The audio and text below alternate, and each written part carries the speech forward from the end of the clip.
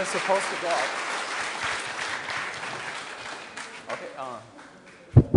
Okay. Hello, everybody. Can you hear me? Because I actually, we need more. Hello, hello. Is that any better? Any better? Yeah. Well, the guys say the mic should be here. Okay. Okay. Is that any better or?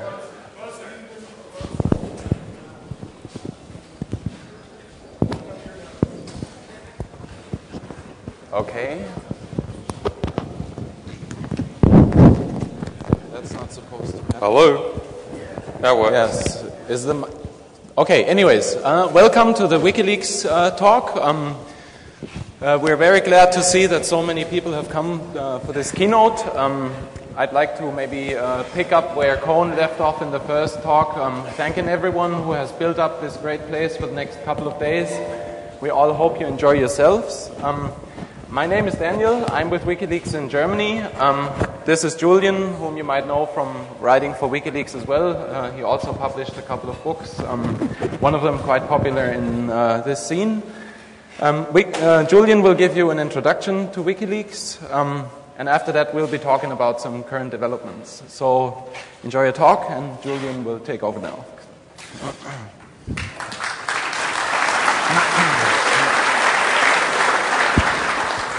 Okay, can everyone hear me down the back? Yeah? Okay. Now, what about my accent? Okay.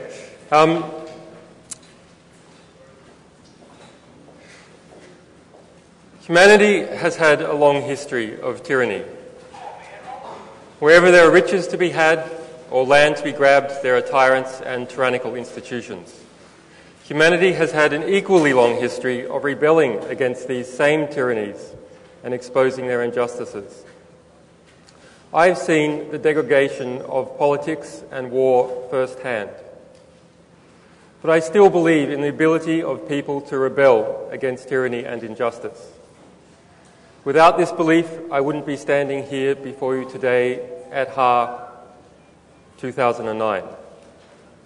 From the Spartacus slave uprisings of Rome to the serf rebellions under Tsarist Russia to the activists of the 1968 Prague Spring, people have stood together en masse against tyranny. Individuals often act as catalysts for this rejection of tyranny.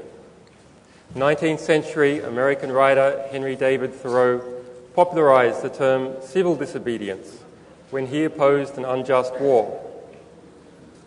He was a 19th century geek. He obsessed in his work alone. He built a house in forests much like these, to be alone. He was an outsider, and it was this perspective that let him say what others could not. There are other catalysts for civil disobedience, many famous, such as Mahatma Gandhi and Martin Luther King. Some of these catalysts, such as Nelson Mandela, won their wars. Others, such as the brave Aung San Suu Kyi, continue to serve as successful points of opposition in battles that have yet to be won. What is unique in our moment of history is the convergence of the very old notion of civil disobedience and a newly globalized world in which less than 200 milliseconds separates everyone from New York to Nairobi. And that fact has led to a new phenomenon: global digital disobedience, where people of the world can come together to support each other in their mutual struggles. Digital disobedience uses technology to catalyze positive social change. It uses technology to call corrupt institutions and individuals to account, no matter in what country they're in. It enhances the power of nonviolent protest, and it is not just a theory. We have shown it works. What is special about this gathering here in the Netherlands, held once every 4 years, is that it is a showcase for the evolving nature of digital disobedience. From its earliest days, this event has shown how technology can be a tool for reform. At HIP in 1997, this community learned how the German government tried to shut down a small nuclear protest magazine because it didn't like what the magazine said. Geeks and activists including many of the original founders of this gathering, joined together to ensure freedom of speech by hosting the magazine, including at the great Dutch ISP Access for All. The German government effectively blocked Access for All behind the scenes. It was access for all but the people of Germany. If the German government's move was heavy-handed and clunky, this community's response was light and agile. Geek set up mirroring on a scale that had rarely been done before, and the German authorities backed down. That was an important early point on the timeline of digital disobedience. Wikileaks is another such point. Started in 2007, Wikileaks is the world's first uncensored, secure, and anonymous whistleblowing site. Civil disobedience can have a high human cost. After the Spartacus uprisings 2,000 years ago, Rome crucified more than 4,000 slaves.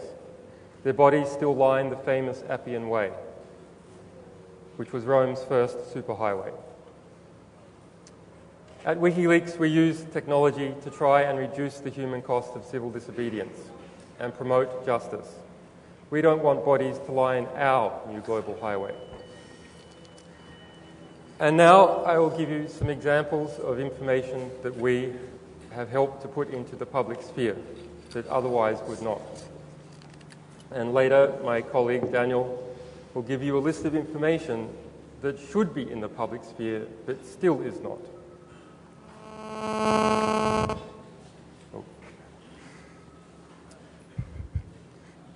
Okay, so my first example, actually I'll list, Daniel, can you, no, it's okay. You can just push space, yeah.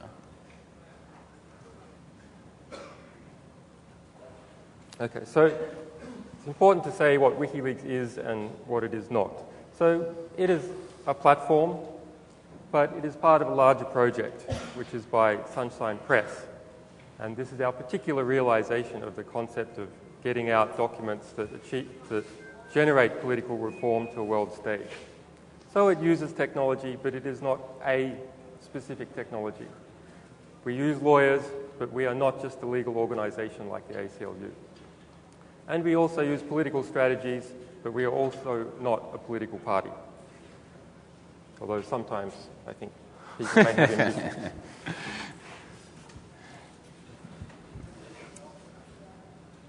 So, who of you here is familiar with Guantanamo Bay?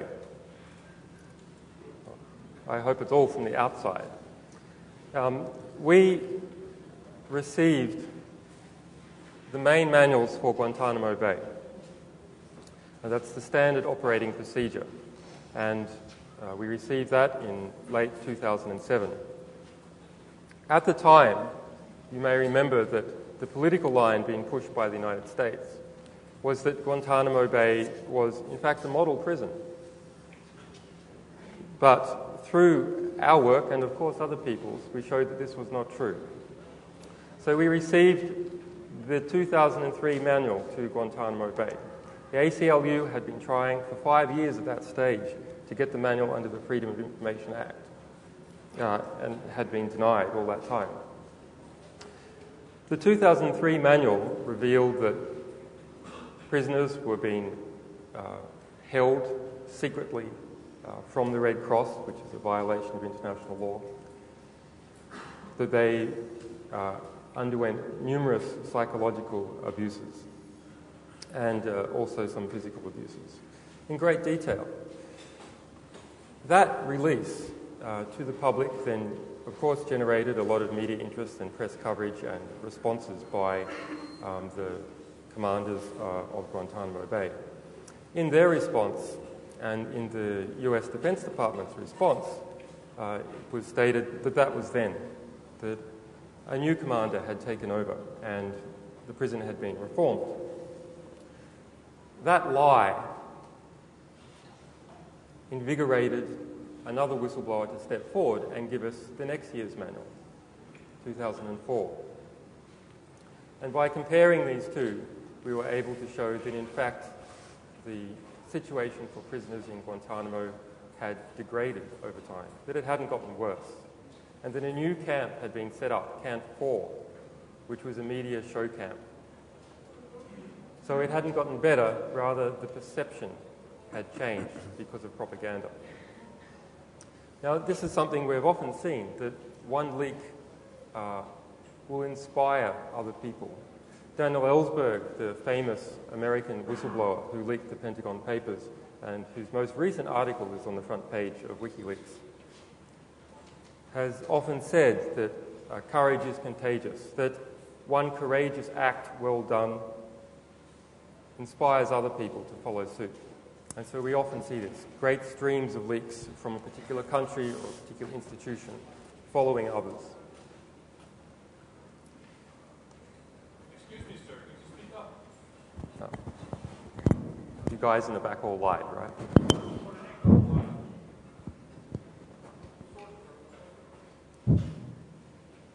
Okay, can you hear me now?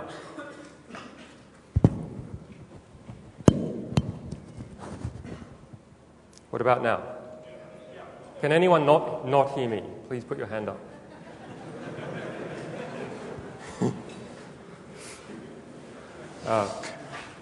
Okay, so it's not just the American military, although there's certainly well, actually, this is about the American military as well, so all right.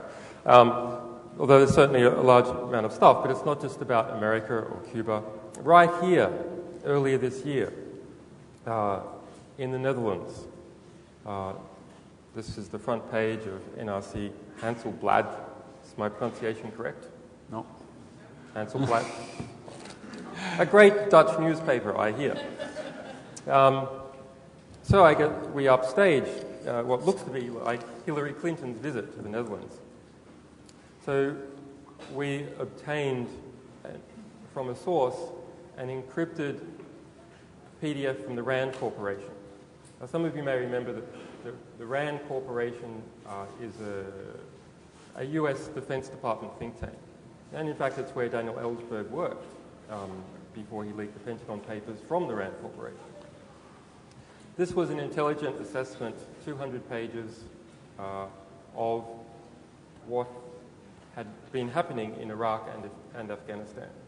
It interviewed over 100 intelligence agents in NATO, and a number of the most candid of those worked for the Dutch military. So they exposed that Dutch soldiers had been morally corrupted by their experience in Afghanistan, which of course should come as no surprise because war always corrupts its participants. It also exposed the relationship between the Netherlands and the United States was not that of equals in NATO. The Netherlands Air Force had been instructed to go on bombing runs in Afghanistan. And after it had dropped its bombs, it wanted to know, had it hit its targets, were there civilian casualties? And of course, as far as I know, the Dutch government doesn't have its own spy satellites circling Afghanistan. So it asked for the satellite images from the United States of the regions that it had bombed on behalf of the United States to see if there were civilian casualties. And the United States said, no, that's classified information. You can buy our planes and drop bombs for us in Afghanistan, but in fact you can't have access to the satellite photos that show where your bombs dropped. So I just mentioned, I can't go into detail for this case, but we don't just do documents. So here's one from Peru. These little countries can give great examples of what happens when whistleblowing really gets going in a country. So this is 86 telephone intercepts of Peruvian politicians. And this man on the left, a journalist, had some real problems with his stuff. So we worked together to get this out simultaneously on WikiLeaks, and then he could write about it in the Peruvian papers. So you see, it's the front page of every paper in Peru, which dramatically changed the political climate, at least for a few months in Peru. And we've had a number of other audio leaks as well.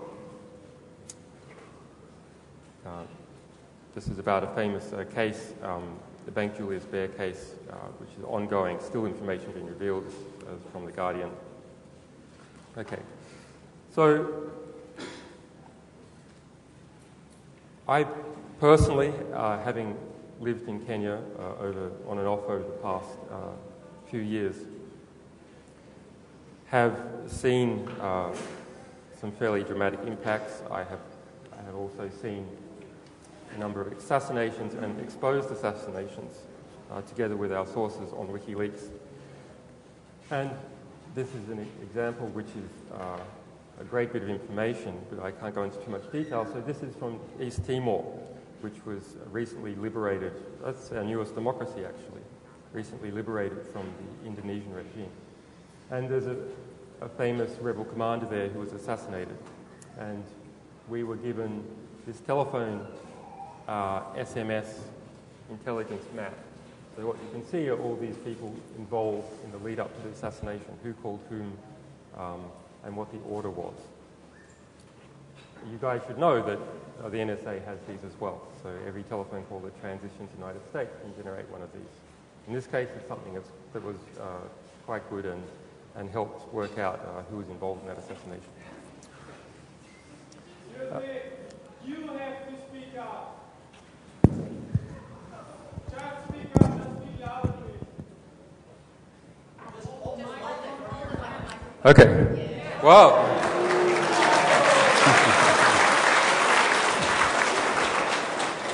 The power of the thing.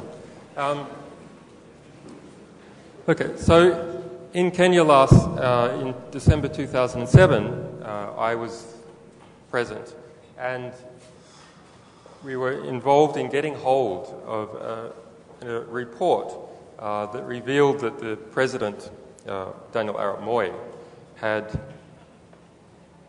stolen $4 billion from the Kenyan treasury over time. And this is a country where the average person makes $1 a day. So $4 billion is a real dent in the economy.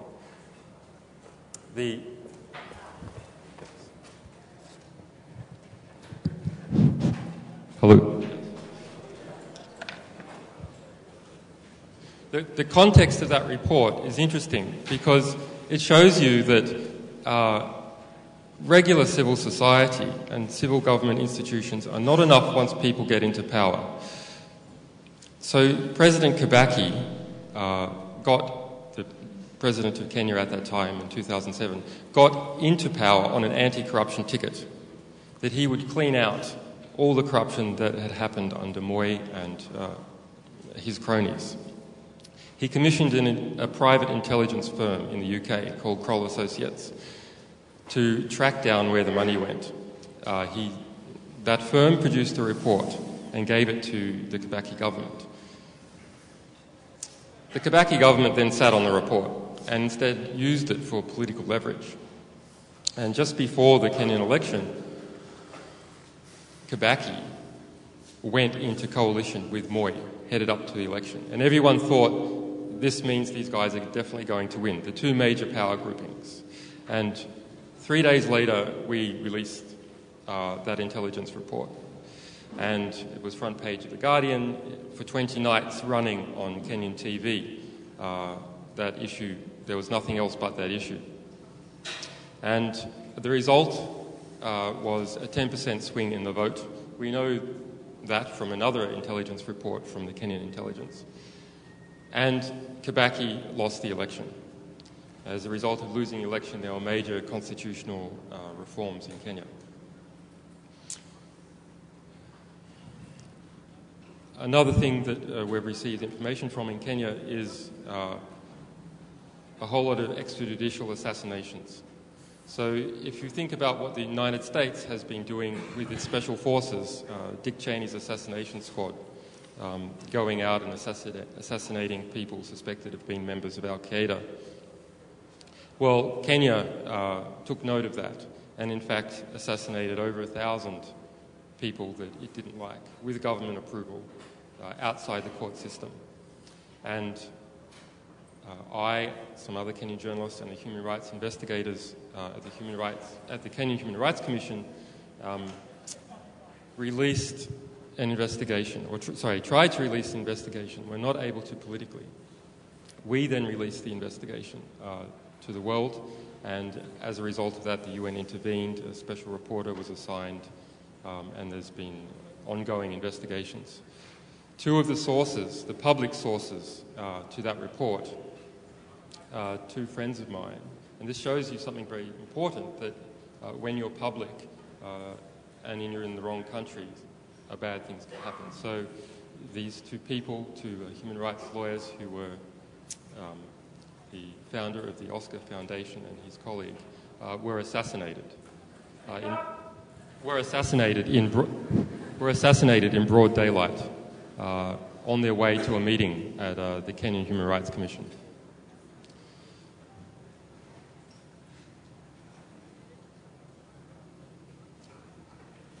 So that we've had a lot of, we get sued about once per month, and we get illegal letters about once every 2 weeks. We get sued about once per month and get legal letters about once every 2 weeks. And it's interesting to see where these sources come from. They're from banking institutions, they're from the military, and sometimes media and government, but really the banking institutions have an unusual attitude towards us. So there's a famous case last year that we dealt with. This is Bank Julius Baer. And it's a Swiss bank. We revealed their money laundering operations and asset hiding operations in the Cayman Islands. And they went after us in California. And some of you may remember this case. We briefly lost our .org registration for approximately 1 week. We built a legal coalition that was able to defeat that. And so this has continued with similar investment bank cases in South Africa, in just last week in the United Arab Emirates, and something you may have seen recently, which is Corpthing. So an Icelandic, the largest bank in Iceland. 2 weeks ago, we leaked its loan book, all loans over 45 million euro. And the result of leaking this loan book was, of course, an immediate attack by the Corpthing Bank on us, which we easily resisted. But it then took the most unusual step of injuncting all the media in Iceland from reporting that we had released the loan book. And inside the loan book, it reveals that the principals of Corpthing and billionaires in the UK had been, in fact, loaning themselves billions and billions of dollars without collateral. And they had been loaning people who had shares in Corpthing money based upon the shares in Corpthing. So a bit of a pyramid scheme to pump up the share price and to do favours for friends in Corpthing. As a result, there was public outrage by the censoring in relation to the censoring of the national broadcaster in Iceland. And it's interesting to see these island cases because everyone in the community can come together. And when it's an island, you can see what is causing the effect. So this has been in all the major newspapers around the world over the past week.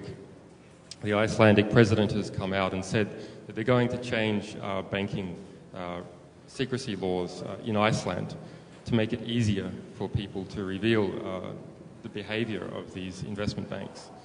And even the UK Serious Fraud Office has called for more people to come forward, more Corpthing whistleblowers to come forward and reveal banking documents. So there's actually a world of information as far as these banks are concerned. So people say that the other two banks in Iceland, Glitnir is one and the other is absolutely unpronounceable, actually John Cleese has a segment on how to pronounce Corpthing. That's also unpronounceable. These are even worse cases. we've seen other cases in Turks and Caicos Islands and East Timor I mentioned before.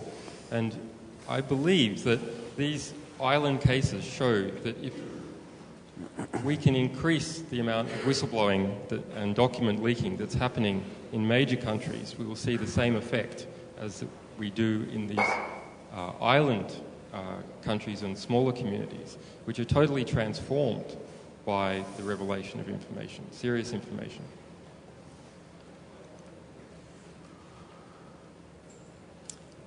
And once again, this has inspired other people. So we've now received a whole lot more information about Corpthing, including SMS messages going back several months between the CEO of Corpthing and a former government minister in Iceland, which will release soon, revealing that they had fabricated documents inside Corpthing.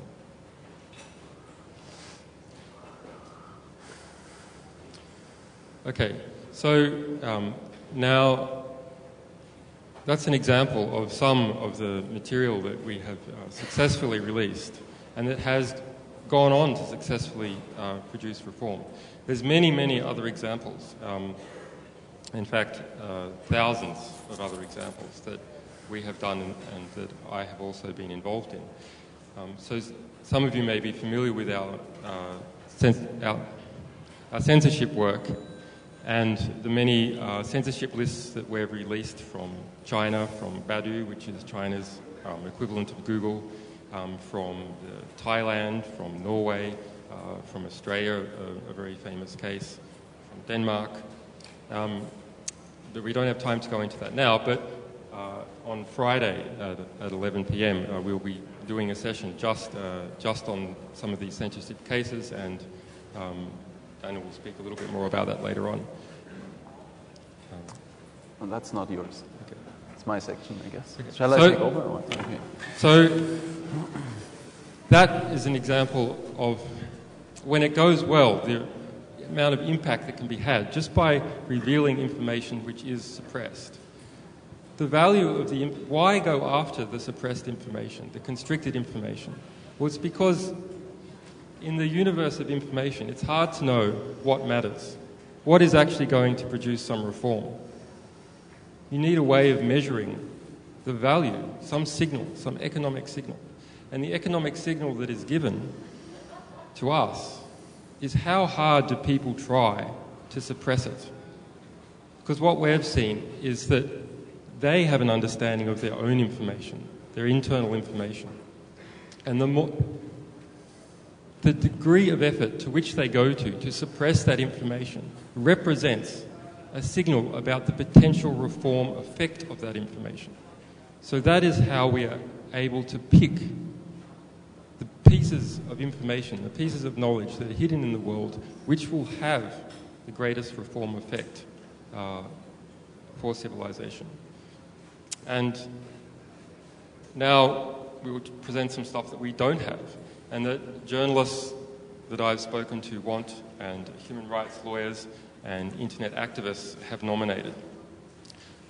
We first decided to do this when a year ago a Dutch IT consultant came to me and said, well, it's great what you're doing, and it's amazing that you've had such incredible political impact, but I am a technical person. I don't understand what it is that's going to make this impact, what the zeitgeist is in the media at that moment. How can I contribute the right thing to this? I have a lot of access as an IT consultant. I'm an insider in many organizations. But how do I know what to give you? Do you have a list? And we didn't have a list. But I thought it was actually a really good idea that we did have a list. So now we have a list. Not perfect, but pretty good. And Daniel is going to tell you about this list. Okay. So, as Julian said before,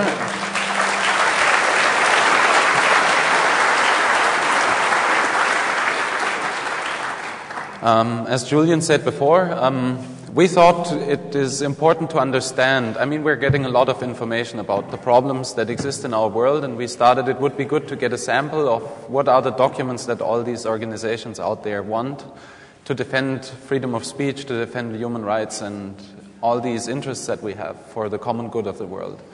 So we put out a call asking for the most wanted documents of these organizations in the world. So what we can see from the list we have compiled is, for one, we have found out what areas we can reach in the world. So we now know from all these countries, or from the people that have given us feedback, what countries reach our messages if we're offering our helps. We also have a sort of a sample, a cross-section of real-world problems, tangible problems. So each problem or each document described is very specific. We also have a lot of examples of unsuccessful sourcing. So these are all documents that within the last years or even decades, organizations have been trying to source. Journalists have tried to source.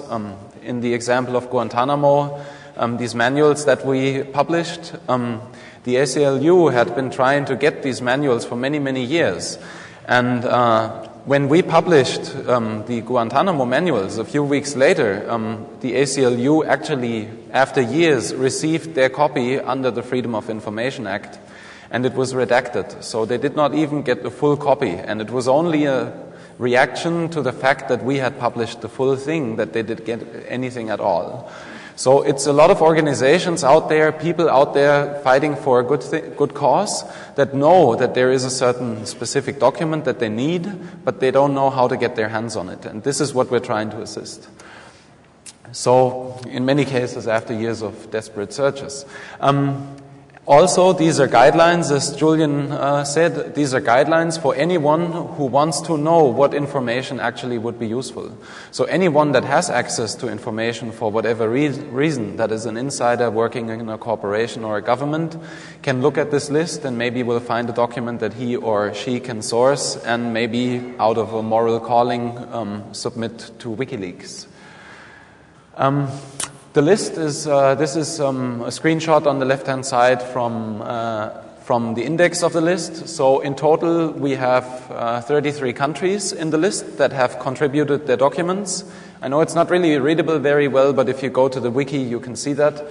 The top country with most submissions was the United States. I assume it is because we have a lot of readers in the United States and we're very popular, and as with anything else that we do in the project, the more people know about what we're doing, the more people actually also would involve and deliver this information or put themselves on that list. So, but just to have that mentioned. The term censorship was mentioned in 11 descriptions, so we can see that this is one of the stronger topics. 11 documents are also finance related, so there's a lot of people that are interested in specific financial details of transactions or whatever dealings within corporations or governments. 12 of them are contract related, so they are in many cases related to contracts for the United States military, for example, or also related to a lot of countries where foreign countries drill for oil, for example, or other countries where there's situations where water is being privatized in South America and people want to know what specific contracts have been made between them and the government. These are a few examples. So we have examples from open government and corporate transparency issues. One of the files that was requested for Germany is our current Chancellor's Stasi files, which I guess everybody would really like to see. In Bahrain, there are some demography issues, for example. So there are no known numbers of how many foreign people are let into the country. So the Bahraini citizens are interested in this. We have requests about human rights abuse and torture. So especially for Guatemala, we have a lot of examples where the CIA has been very active in the 80s, and people would like to see certain documents on plans that the Americans have pursued in Guatemala. We have development and environmental issues. So there's oil exploitation contracts in Madagascar. We have the Isuzu Challenge in Mexico, which according to some sources is a cover-up for something like eco-piracy, where people drive into some eco-protected area and start pirating the nature. From Rwanda, we have there are documents on government payments made to a military person where people would like to know what this was about. Others are about citizen and media freedom. So we have internet surveillance in Colombia. We have a lot of Stasi background from Germany, as well as various citizen freedom files. Then there's Puerto Rico with FBI surveillance. So it's a mixed bag of all sorts of areas that we can cover with this list. And then, as Julian pointed out, there's the big issue of censorship that we have right now. So documents have been requested for China, the UK, Germany, Australia, and Italy. So as one follow-up, because we don't have the time to talk about this list in specific and to talk about the censorship issue, we will have a podium discussion about censorship, which is going to happen on Saturday. So on Saturday, when everything's over, it's on Friday. This is still the wrong slide. It's on Friday, so tomorrow at 11 o'clock, 11 p.m., so after the last talk in track 2 in the tent over there, we'll be having a podium discussion. We're still collecting a few people that we think are important to represent experts or specialists in that field, and we would like to openly discuss with anyone in the audience what we can do to counter this problem that we're all facing in Germany or throughout Europe, throughout the world. It's not specifically restricted to internet censorship, but I think this is what it boils down to for most information media. We believe that we all need one strong voice globally against censorship, and we also believe that each one of you has a responsibility to become part of this global voice. So whoever feels that his freedom of speech and freedom of expression are an important topic should please join us for this talk in the other track. Tonight at 2300, so the same time as tomorrow, we will here have a follow-up on the most wanted leaks. So anyone out there who really feels that he has talent, that he is smart, and that he can take up a challenge, we would like to offer you some perspective of how you can successfully help, tangibly help, bettering our world, involving in our project, and maybe help spreading some of the truth that we all are seeking for. So whoever is free tonight, not too drunk by 11 o'clock, is welcome to come around. And I hope that we can then maybe talk about some of the most wanted leaks, how to successfully source documents, where actually these documents can be found, who can be approached, what kind of people can help with these things. So, and this is going to happen here. So tomorrow 11 o'clock, today 11 o'clock here, and tomorrow in the other track. So realize your potential. Join us at 2300, and I guess now we're also running short of time. We'd like to offer you some possibilities for question as well. We'd like to thank, in the end, all of our courageous sources that have contributed to making Wikileaks a success in the last years. All the investigative journalists that care about the stories and the material that cooperated with us. All the organizations supporting freedom of speech, open media, and truth and justice all over the world. I see some 4 people sitting here. They are a perfect example of ones that are riding in the front of this crowd. And all those that will maybe take a decision today to join us at 2300 to use their potential for making the world a little bit better. In that respect, finally, thanks for your attention. Have a great HAR. We also have T-shirts for this year and some other merchandise. Before I forget that, we have a village in the E area. We have around 250 T-shirts. Whoever would want one is perfectly welcome to drop by, and we can sell them off. And I guess, sorry? I don't understand you. Yes, and donations for sure are also welcome, but I guess that goes by for itself. So whoever would want to talk to us about that topic is also welcome to join us for a debate. So Thanks a lot in that respect. We get the 10-minute sign. We now have a couple of minutes for questions. So thanks a lot, and if there are any questions, please let us know.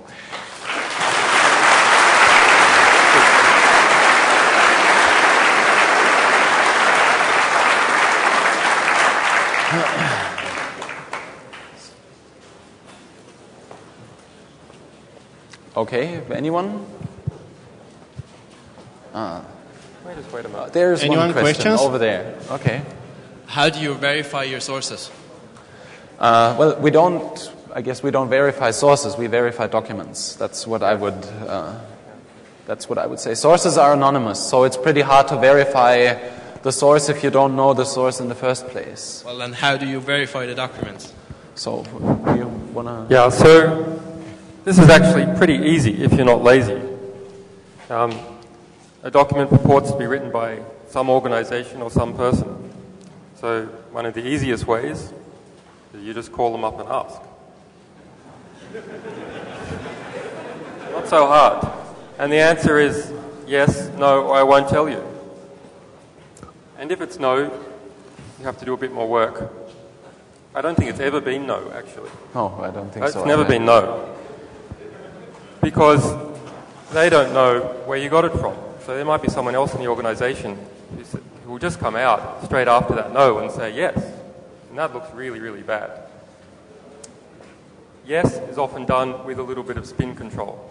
So big organizations know that the way to get positive stories is to talk to journalists. Because if you don't talk to journalists, the journalist goes, that bastard wouldn't even talk to me, right? So the media liaison units know that, and they do like to talk. Others, as an example, we released a classified document on Fallujah. Several actually, one on the prison, and that reformed all of the prisons in western Iraq. Another on the attack in Fallujah. UPI, a friend of mine at UPI, Sean Waters, his national security correspondent, he then approached the US military, his contact, and said, what about this document? And he's like, I'm sorry, Sean, I can't help you with anything about that. I can't talk about that. But it's not a no. And then you just go through the facts of the document. Hey, well, you can't tell me that this document exists, but did this happen, and did this happen, and did this happen, and did this happen? Okay, so what you're saying is that everything in the document happens, but you're not telling me whether the document is true. And then from that point, you just use your experience and your journalistic gut and say, well, it's true. It's just obvious it's true. The amount of conspiracy or economic costs that would be necessary to not have that would be fanciful. Question. Do you try to anonymize documents to get rid of digital watermarking techniques that might serialize the documents? Yeah, so good question. Yes, we do. So it depends a little bit on the type of document we get. So everything, unless it's just something that's been censored, so we know that, it's a public document, it was censored, there's no issue as to the source, we reformat the document.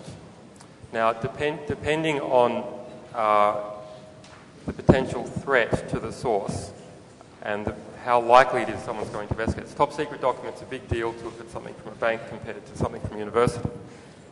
We will then either completely reformat the document by dumping, say, from Word to PDF to PostScript and then back. Or we will partially do this, just to strip out the metadata and any possible encoded metadata.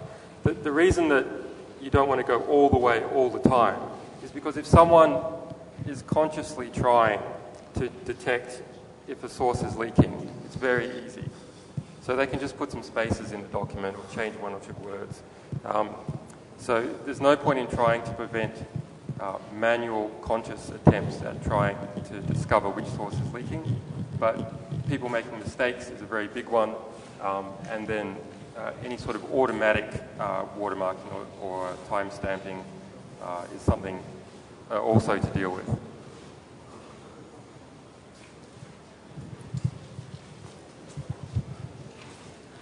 Well, in Holland, we can do WOP-verzoek. requesting public information from a government-related. Can you repeat the question? Because I can't understand. Yes. Well, we have in Holland, the government has to give information about public-related subjects, like the pollution of our air or the pollution of our drinking waters.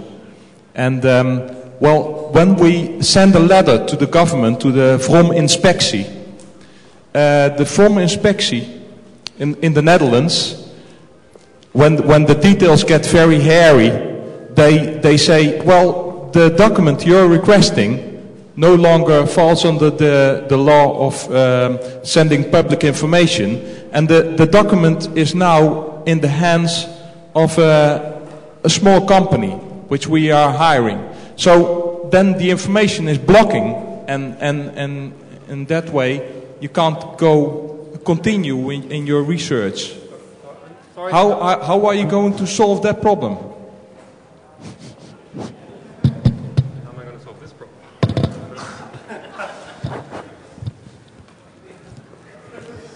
It's on. So can I ask, is there anyone who understood that question? Yes. Can someone repeat it? Probe. This is working. About the equivalent of the Freedom of Information Act request, where the government blocks releasing the information not because they don't have it necessarily, but rather because the corporation they've outsourced to has the document and is no longer beholden to the law because the law is somehow separate from this corporation. Yeah, a good question, and a big problem, especially in the UK, where there are over 1,000 quangos. This is quasi-governmental organisations. So we have released, in fact, a number of leaks from these quangos that are set up outside government, but are funded by government, perform the work of government, but don't have the accountability of government. They don't have Freedom of Information Acts, etc. Those quangos are a big issue in the UK at the moment. I'm not sure whether there will be a reform of them, because it's very easy to make an organisation take less government funding, pull it away to the point where you can say it really is a separate entity. So there's a blurry line there. And yeah, the only way to get it out is by leaking. Also, the Freedom of Information Act, which is, I think, possibly the best tool for democratic governments that has been invented, when it's followed, is not followed. And it's delayed extensively. Though you can have victories. Just a few months ago, there was a Guardian article as a result of a Freedom of Information request that we put in on the UK Defence Department. So as part of our proactive attempts to see if there are investigations of sources in defence departments and elsewhere, we FOI them to try and find any internal investigation that may have happened or may be happening. In the case of the UK Ministry of Defence, we had found that they had noticed particular classified UK documents on Wikileaks and had started up an internal investigation, hadn't been able to find the source, and then decided that the solution was to tell British Telecom to block all connections coming out of the Department of Defence to our main Swedish IPs. But we still get plenty of UK Ministry of Defence documents, so apparently not too effective. Have you ever found two identical or seemingly identical documents that were leaked to you that had some sort of word differences that were perhaps steganographic encodings of the person that had the document, so that maybe they'd gone to something more active in terms of watermarking instead of just like MS Word document watermarking or something? Like where the text had been changed and you'd notice the difference between two of the same documents? One word had been modified. One word difference. Yeah, something. No, we haven't. But by the way, if you are a source and you suspect that someone's doing this white space trick or changing one or two words, your best defense is to get another document from a colleague and compare, do a hash, see if they're different. And if they are different, use your colleagues.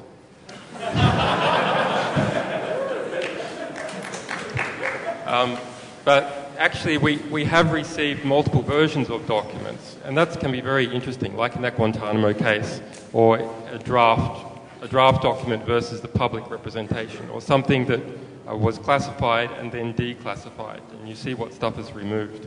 In the case of It's complicated, but an American military device that was used in Iraq. We had 2 descriptions of tests on this device that were very, very slightly different, and it revealed that they had concealed things about faults in this device. So comparisons are great, and by the way, side-by-side diff is really great.